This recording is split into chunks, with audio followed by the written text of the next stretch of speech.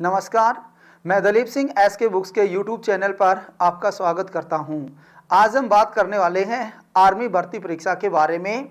अब इस परीक्षा से संबंधित ये बुक दिखा रखी है आपको, आर्मी सामान्य विज्ञान एसके बुक्स, जिसको पढ़ना बहुत ज़रूरी है। आज हम इसी बुक के अनुसार टॉपिक है हमारा रेडियो सक्रियता, रेडियो एक्टिवेशन या रेडियो एक्टिविटी भी कह सकते हैं। इससे रिलेटेड जो 15 इंपॉर्टेंट क्वेश्चन है उनकी बात करेंगे। तो पहला क्वेश्चन है भाई, क्यूरी किसकी इकाई है? ऑप्शन दिए हुए हैं आवेश, घनत्व, रेडियो सक्रियता, मंदन। तो किसकी है भाई? रेडियो सक्रियता की इकाई होती है ये। अब रेडियो सक्रियता क्या है कि कोई भी रेडियो एक्टिव पदार्थ है उसके नाभिक से लगातार और अपने आप विकिरण निकलती रहती हो, वो प्रक्रिया रेडियो सक्रियता कहलाती है। तो उसको मापने के लिए कौन सी इकाई का प्रयोग किया गया? क्यूरी का। इसी तरह साथ साथ याद रखोगे, इसकी मापने की इकाई बेकेरल भी है भाई और रदरफोर्ड भी है। तीनों को इकाई के रूप में माना गया था, लेकिन तीनों के विचार अलग अलग थे कि प्रति सेकंड में निकलने वाले कणों की संख्या तीनों ने अलग अलग बताई थी। तो यानी इकाई तीनों को माना गया। यदि ऑप्शन में तीनों डाल दिए जाए और चौथा कहें सभी, तो सभी आंसर लेना है भाई, क्योंकि तीनों ही इसकी इकाई है। इसीलिए यहाँ पर ऑप्शन में सीधा क्वेश्चन में सीधा सा पूछ रखा था कि भाई क्यूरी किसकी इकाई है? तो रेडियो सक्रियता की इकाई है, ध्यान रखेंगे। इसी तरह साथ में आवेश का भी मात्रक याद रखना आपको। तो आवेश का कूलाम होता है भाई, और दूसरा मात्रक भी याद रखना आपको भाई, कूलाम भी याद रखेंगे, और साथ में एम्पियर सेकेंड भी, एम्पियर सेकेंड ये भी आवेश का ही मात्रक होता है। इसी तरह घनत्व का मात्रक ध्यान रखना है, डेंसिटी का, किलोग्राम पर मीटर क्यूब। सीजीएस में कहोगे तो ग्राम पर सेंटीमीटर क्यूब हो जाता है। इसी तरह मंदन, अच्छा मंदन क्या है? जो एक्सलेरेशन है उसका नेगेटिव मंदन कहलाता है, रिटार्डेशन भी कह सकते हो, डी एक्सलेरेशन भी कह सकते हैं। तो जो एक्सलेरेशन त्वरण का मात्रक है वो ही मंदन का होता है, तो इसका मात्रक है मीटर प्रति सेकंड स्क्वायर कहेंगे। तो यानी कि ऑप्शन हमारा सी ऑप्शन था करेक्ट है। बाकी इन बातों को भी ध्यान रखना है। नेक्स्ट क्वेश्चन है, रेडियो एक्टिव पदार्थ से निकलने वाले कण कौन कौन से हैं? भाई कोई भी रेडियो एक्टिव पदार्थ है उसके नाभिक से विकिरण निकलती हैं, किरण निकलती हैं। अब उन किरणों में कौन से कण होते हैं? तो भाई अल्फा भी निकलता है, बीटा भी और गामा भी, तीनों ही कण निकलते हैं। तो आंसर कौन सा? डी ऑप्शन करेक्ट आंसर है भाई यहाँ पर। अब जो अल्फा कण है वो हीलियम के नाभिक के बराबर होता है, और जो बीटा कण है वो इलेक्ट्रॉन के बराबर होता है, ये भी ध्यान रखना है। साथ साथ गामा कणों पर कोई आवेश नहीं होता भाई, जिस कारण इस पर विद्युत क्षेत्र या चुंबकीय क्षेत्र का कोई प्रभाव नहीं पड़ता। नेक्स्ट क्वेश्चन है, निम्न में कौन सा कण विद्युत क्षेत्र में सीधा आर पार निकल जाता है? तो अभी बातचीत कर रहे थे कि गामा कणों पर कोई चार्ज नहीं होता, जिस कारण इन पर विद्युत क्षेत्र या चुंबकीय क्षेत्र का कोई प्रभाव नहीं पड़ता, और ये इस प्रकार के क्षेत्र में सीधे आर पार निकल जाते हैं। यानी कि जैसे कोई भी विद्युत क्षेत्र की बात कर लेते हैं, यह विद्युत क्षेत्र है भाई। अब विद्युत क्षेत्र का भाई नेगेटिव चार्ज और पॉजिटिव चार्ज, भाई दो आवेश होंगे, ऋण आवेश और धनावेश। तो एक साइड में तो हमने ऋणावेश कह दिया और दूसरी साइड में धनावेश।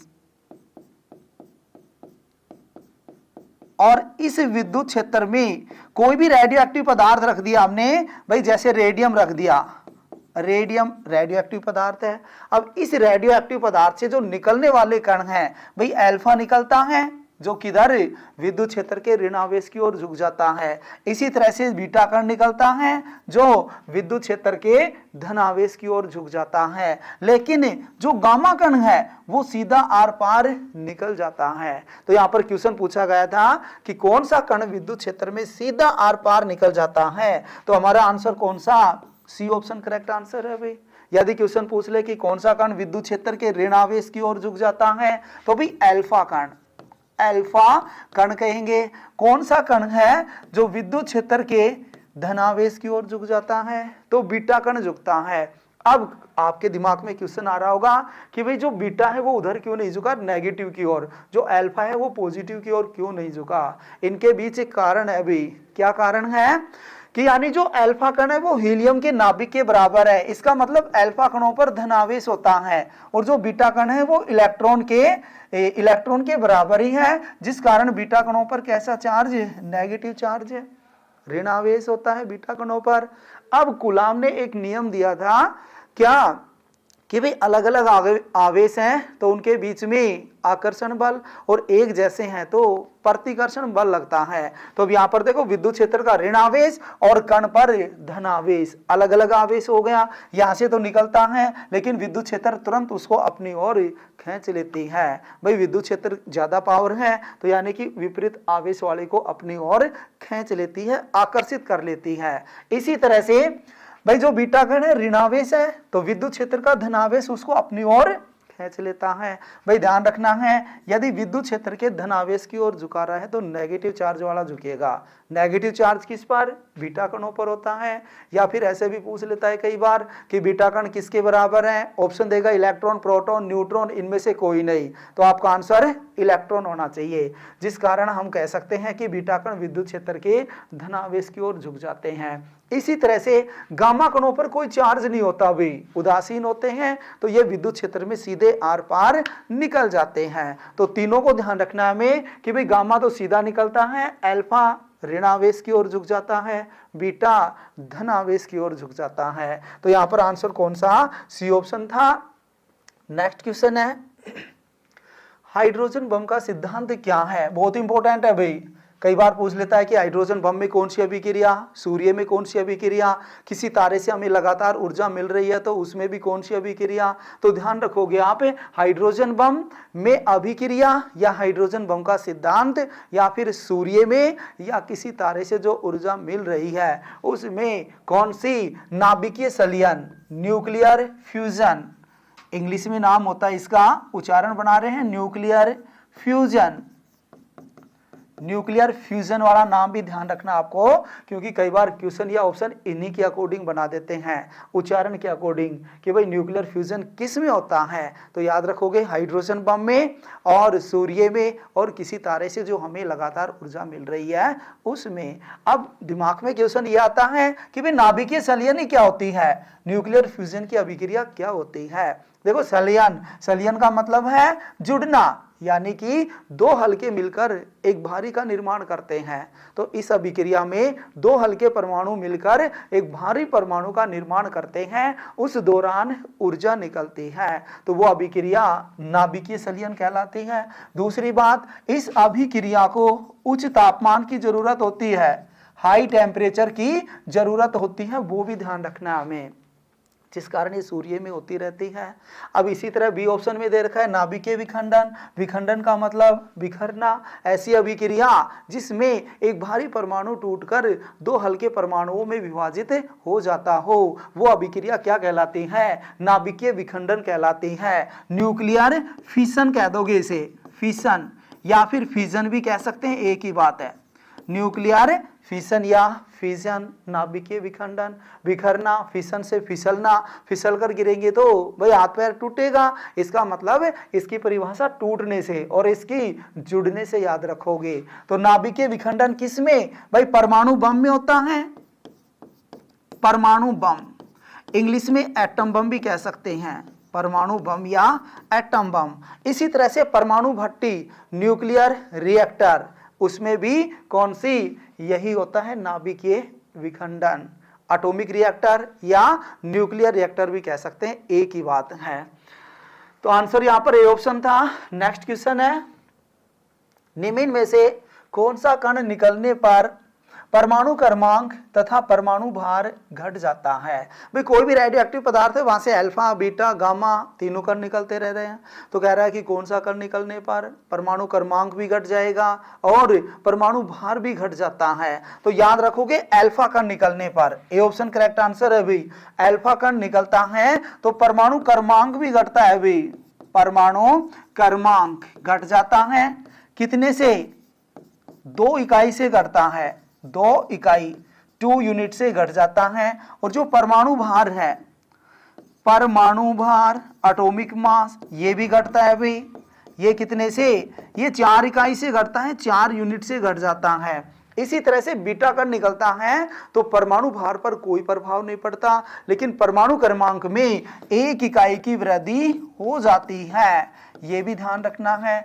इसी तरह गामा कण निकल रहा है तो कोई पर भी कोई प्रभाव नहीं पड़ता, ना तो परमाणु क्रमांक बदलेगा ना परमाणु भार बदलता।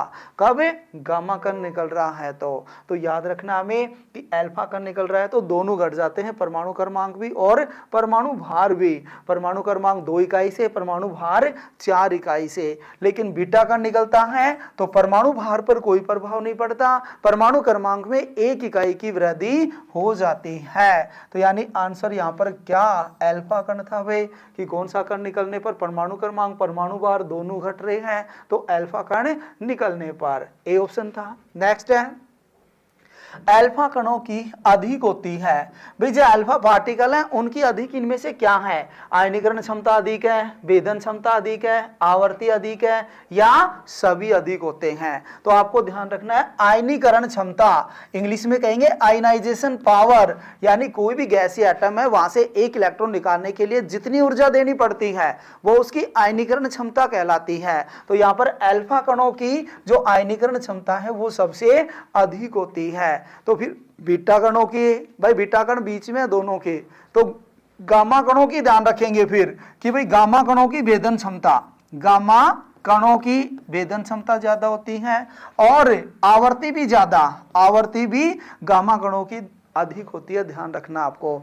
अच्छा आप कंफ्यूज हो जाते हो कि भाई भेदन क्षमता ज्यादा किसकी है और आयनीकरण क्षमता ज्यादा किसकी है, तो इसके लिए एक लॉजिक है।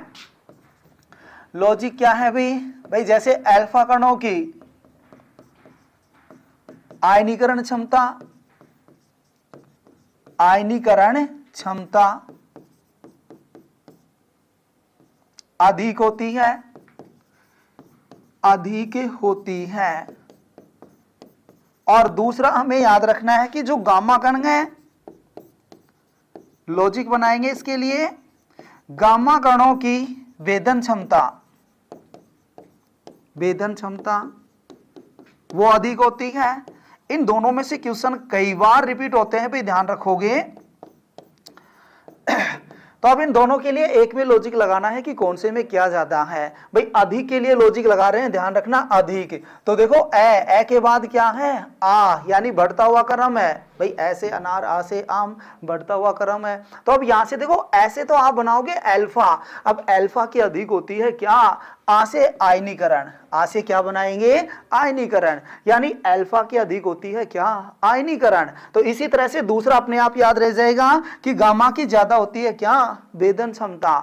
पेनिट्रेटिंग पावर, यानी किसी कण को हम इस दीवार से भी गुजार रहे हैं तो वो इसमें छेद करता हुआ आर पार निकल जाता है, यानी कि ज्यादा होता है उसमें से छेद करता हुआ आर पार निकल जाता है। आवर्ती ज्यादा कह सकते हैं, ऊर्जा भी ज्यादा कह सकते हैं, किसकी गामा कणों की।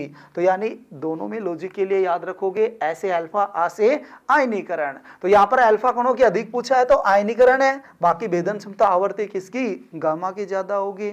अच्छा इनका ऑर्डर भी याद रख सकते हो आप, आयनीकरण क्षमता के लिए ऑर्डर लिखेंगे अल्फा सबसे ज्यादा, बीटा उससे कम और गामा सबसे कम। इसी तरह भेदन क्षमता में गामा तो सबसे ज्यादा और बीटा उससे कम और अल्फा सबसे कम। तो बीटा दोनों के बीच में आ रहा है, इसीलिए बीटा की तो कहानी खत्म। हमें याद रखना है सबसे अधिक और सबसे कम वाला, वो लॉजिक के द्वारा याद रखोगे। तो आंसर ए ऑप्शन था। नेक्स्ट क्वेश्चन, परमाणु भट्टी में कंट्रोलर के रूप में किसका प्रयोग किया जाता है। भाई जो एटॉमिक रिएक्टर है उसमें हमें कंट्रोल करना है जो अभिक्रिया हो रही है, तो उसके लिए उस अभिक्रिया में हम क्या बोरॉन और कैडमियम की छड़ रख देते हैं भाई। तो सी ऑप्शन करेक्ट आंसर है, बोरॉन भी कह सकते हो और कैडमियम, कैडमियम संकेत होता है CD, कैडमियम, इनकी छड़ रखी जाती हैं। फिर ये क्या करती हैं, न्यूट्रॉन को अवशोषित कर लेती हैं, वहां से जो न्यूट्रॉन निकल रहे हैं उनको ये कैप्चर कर लेती हैं, अवशोषित कर लेती हैं, जिस कारण वो एटॉमिक रिएक्टर पूरी तरह से कंट्रोल हो जाती है। और यदि उनके कणों की कण जो न्यूट्रॉन निकल रहे हैं कण, उनकी गति को धीरे करना है, यानी कि मंदक के रूप में पूछ रहा है तो आप कहोगे भारी पानी या फिर ग्रेफाइट की छड़ का प्रयोग किया जाता है। मंदक इंग्लिश में कहेंगे मॉडरेटर, मॉडरेटर के रूप में भारी पानी या ग्रेफाइट की छड़ का प्रयोग करते हैं। इसी तरह एक पॉइंट और याद रखोगे, शीतलक के रूप में, शीतलक इंग्लिश में कहेंगे कूलेंट, कूलेंट यानी कि टेम्परेचर ना बढ़े, टेम्परेचर को बनाए रखे। तो उसके लिए हम किसका प्रयोग करेंगे, तो भाई इसके लिए भारी पानी भी यूज होता है, हैवी वाटर, साधारण पानी भी यूज होता है, ऑर्डिनरी वाटर, और उनके साथ साधारण पानी, साधारण पानी और द्रवित सोडियम भी, द्रवित सोडियम, लिक्विड सोडियम कहोगे इंग्लिश वाले, द्रवित सोडियम, इनका यूज होता है किसके लिए, शीतलक या कूलेंट के रूप में। भाई भारी पानी भी, साधारण पानी भी और द्रवित सोडियम भी, इनका यूज करते हैं किसके लिए, कूलेंट या शीतलक के रूप में एटॉमिक रिएक्टर में। तो ध्यान रखोगे इन्हें भी। आंसर कौन सा, सी ऑप्शन था यहाँ पर, कंट्रोलर के रूप में पूछा है। कई बार कह देता है नियंत्रक छड़, कंट्रोलर को हिंदी में नियंत्रक छड़ पूछ लेता है कि भाई परमाणु भट्टी में नियंत्रक छड़ कौन सी है, तो बोरोन और कैडमियम ही है। नेक्स्ट है, किसी रेडियोएक्टिव पदार्थ का अर्धायुकाल 4 वर्ष है भाई, 16 वर्ष के बाद उसका कितना भाग शेष बच जाएगा। ये अर्धायुकाल के अकॉर्डिंग है न्यूमेरिकल, तो हम याद रखेंगे n/n0 बराबर 1/2 उसकी पावर स्मॉल टी बटे ग्रेटर टी। एन क्या है यहाँ पर, वर्तमान मात्रा है कि वर्तमान में प्रेजेंट क्वांटिटी कितनी बची। इसी तरह से एन नोट क्या है, ओरिजिनल क्वांटिटी की शुरुआत में कितना था। इधर स्मॉल टी क्या है, विघटित समय है भाई कि इतने वर्ष के बाद वो कितना बच रहा है। और ग्रेटर टी क्या है, अर्धायुकाल होता है उसका, हाफ लाइफ पीरियड होता है। तो यहाँ पर हमें क्या क्या दे दिया, अर्धायुकाल दे दिया और विघटित समय दे दिया। फिर कह रहा है कि उसका कितना भाग शेष बचेगा। तो याद रखोगे जो प्रेजेंट क्वांटिटी है वो हमें फ्रैक्शन में मिलेगी 1/, के रूप में, यानी 1 का चौथा भाग, 1 का 8वां भाग, 1 का दूसरा भाग, 1 का 16वां भाग। इसका मतलब जो ओरिजिनल क्वांटिटी है एन नोट है वो 1 लेकर चलेंगे, और यदि जो प्रेजेंट क्वांटिटी है वो परसेंटेज में है तो आप एन नोट को 100 लेकर चलोगे, यानी 100 के अकॉर्डिंग परसेंटेज निकाली जाती है। तो यहाँ पर क्या है भाई, n/1 कहेंगे भाई, एन नोट ओरिजिनल क्वांटिटी 1 मानेंगे। तो इसी तरह 1/2 उसकी पावर स्मॉल टी कितना है भाई, 16, ग्रेटर टी 4 है भाई, सोल्व कर दो, इसको काटोगे तो 4 से कट जाता है, यानी n = 1/2 उसकी पावर कितनी, 4। इसको सोल्व करेंगे तो क्या होगा, 1/16 हो जाता है। क्यों, क्योंकि 2 की पावर 4 को सोल्व करोगे तो 2 गुणा 2 गुणा 2 और गुणा में 2, यानी कितना 16 आता है। 1 की पावर 4 1 ही रहेगा, 2 की पावर 4 16, तो 1/16 भाग शेष बच जाता है। तो आंसर कौन सा, डी ऑप्शन करेक्ट आंसर है। यदि इसी क्वेश्चन में कह दे कि कितना भाग विघटित हो गया, भाई इसी में आगे और कह दे, यहाँ पर शेष की बजाय कह दे कि 16 वर्ष के बाद उसका कितना भाग विघटित हो गया, शेष बच गया, इसकी जगह क्या लिख देगा, विघटित हो गया। तो आपको इतना तो करना ही है, आगे कह देंगे इसलिए जितना भाग विघटित हो गया, यानी टोटल कितना 1 था, शेष कितना 1/16 बचा। तो आप इसको सोल्व करोगे तो 16 - 1/16 यानी 15/16 भाग विघटित हो गया, जा चुका वहां से। भाई डिसइंटीग्रेट होता रहता है कोई भी रेडियोएक्टिव पदार्थ, तो कह रहा है कि 16 वर्ष के बाद कितना भाग शेष रह गया, 1/16, कितना भाग विघटित हो गया, तो 15/16 याद रखोगे।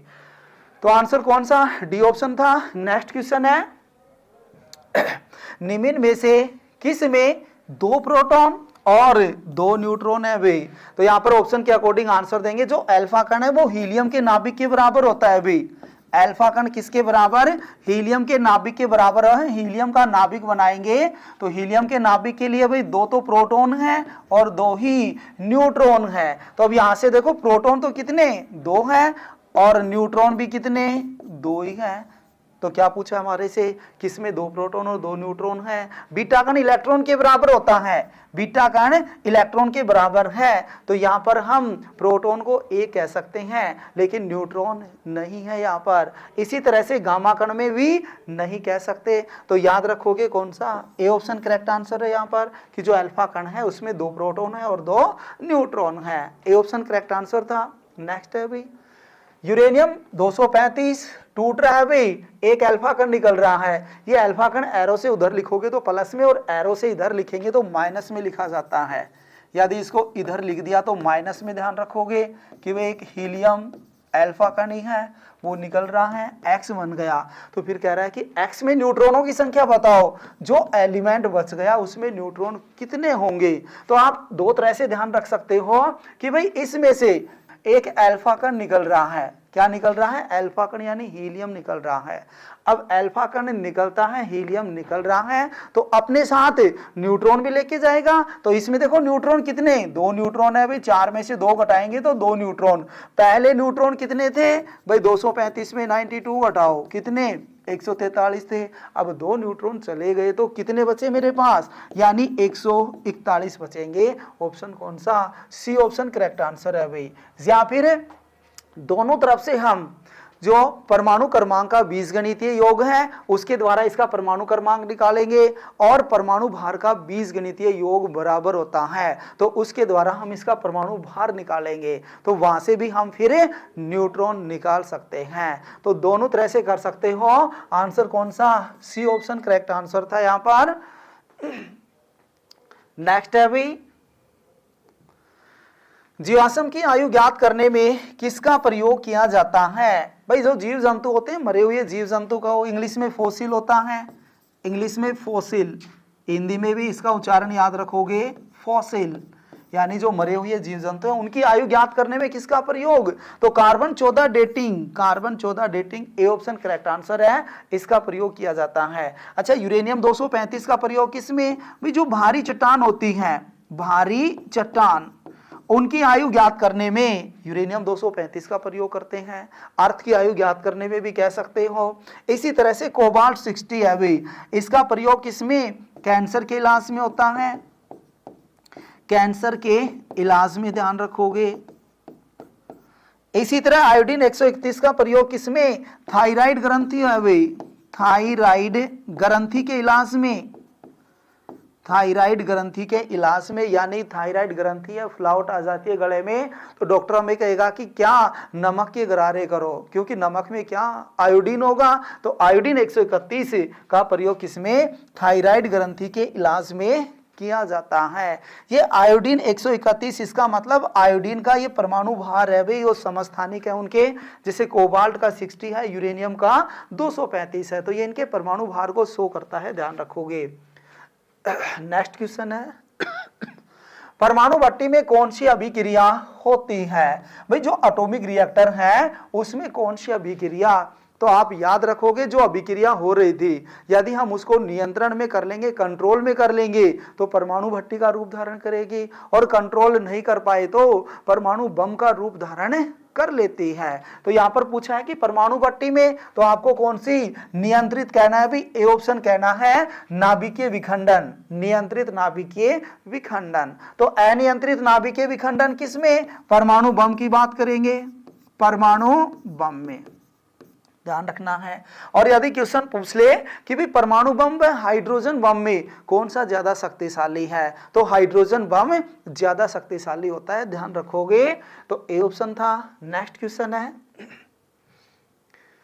रेडियोस्क्रियता को मापने वाला यंत्र पूछा है भाई, कि यानी कि कोई भी रेडियोएक्टिव पदार्थ है उसके नाभिक से जो कण निकल रहे थे, तो प्रति सेकंड में निकलने वाले की कणों की संख्या किसके द्वारा मापी जाती है, तो वो रेडियोस्क्रियता को मापने वाला यंत्र कहलाता है, और उसका नाम क्या है, जीएम काउंटर होता है भाई। जी की फुल फॉर्म कहोगे गीगर, जी से गीगर बनाओगे, और एम से मुल्लर, तो गीगर मुल्लर काउंटर रेडियोस्क्रियता को मापने वाला यंत्र होता है, याद रखेंगे। अच्छा, लैक्टोमीटर क्या है, दूध की शुद्धता को मापने वाला यंत्र। इसी तरह से टेलीस्कोप क्या है, दूर की वस्तुओं को देखने के काम आने वाला यंत्र, दूरदर्शी भी कह सकते हैं। तो आंसर ए ऑप्शन था इसका। नेक्स्ट क्वेश्चन, कोई भी रेडियोएक्टिव पदार्थ है क्षतिग्रस्त होने के बाद अंत में किसमें बदल जाता है? भाई कोई भी रेडियोएक्टिव पदार्थ है उसके नाभिक से विकिरण निकलती रहती हैं लगातार। अब यदि उसका नाभिक स्थायी नहीं होगा तब तक उसमें विकिरण निकलती रहती हैं, और स्थायी हो जाता है तो विकिरण निकलना बंद कर देती है। तो यानी कि वो अंत में किस में बदल जाता है? फिर सीसा में बदल जाता है, भाई लेड में, पीबी में बदल जाता है। इसका नाभिक स्थायी है, स्टेबल है, इसके नाभिक से फिर अपने आप विकिरण नहीं निकलती। तो आंसर कौन सा? ए ऑप्शन करेक्ट आंसर है यहाँ पर। नेक्स्ट है भाई, किसी भी रेडियोएक्टिव पदार्थ से बीटा कण निकलने पर वह क्या बन जाएगा? तो भाई बीटा कण निकलता है, बीटा कण यदि निकल रहा है तो हम कहेंगे कि परमाणु भार पर तो कोई प्रभाव नहीं पड़ता, एटॉमिक मास पर कोई प्रभाव नहीं पड़ता, तो फिर परमाणु क्रमांक में वृद्धि हो जाती है। यानी कि परमाणु क्रमांक कुछ भी हो लेकिन परमाणु भार सेम रह रहा है दोनों कंडीशन में। पहले भी उतना ही था परमाणु भार, कण निकलने के बाद भी परमाणु भार उतना ही रहता है। तो फिर आप क्या कहोगे? भाई दो या दो से अधिक तत्व यदि उनका भार बराबर है तो क्या कहलाते हैं? समभारी कहलाते हैं, आइसोबार। तो बी ऑप्शन करेक्ट आंसर था यहाँ पर। बाकी इनको भी ध्यान रखना है। समस्थानिक क्या? दो या दो से अधिक तत्व जिनका परमाणु क्रमांक या प्रोटॉन बराबर हो, समस्थानिक कहलाते हैं। सम न्यूट्रॉनिक क्या है भाई? जिनमें न्यूट्रॉनों की संख्या बराबर हो, सम न्यूट्रॉनिक। इसी तरह सम इलेक्ट्रॉनिक क्या है? दो या दो से अधिक तत्व जिनमें इलेक्ट्रॉनों की संख्या बराबर हो, सम इलेक्ट्रॉनिक कहलाते हैं। तो भाई इस तरह से हमने ये 15 इंपॉर्टेंट क्वेश्चन कवर किए इस टॉपिक से। अब इस एग्जाम के लिए एसके बुक्स सभी शॉप्स पर और ऑनलाइन भी अवेलेबल है। अगर आप ऑनलाइन लेना चाहते हैं तो उसका लिंक डिस्क्रिप्शन बॉक्स में अवेलेबल है। इस चैनल पर इस आर्मी भर्ती और अन्य सभी भर्तियों से संबंधित इंपॉर्टेंट जानकारी और स्टडी मटेरियल भी उपलब्ध कराते रहेंगे। तो इस वीडियो को लाइक कीजिए, चैनल को सब्सक्राइब कीजिए और अपने दोस्तों के साथ शेयर भी कीजिए। मिलते हैं अगले वीडियो में। जय हिंद।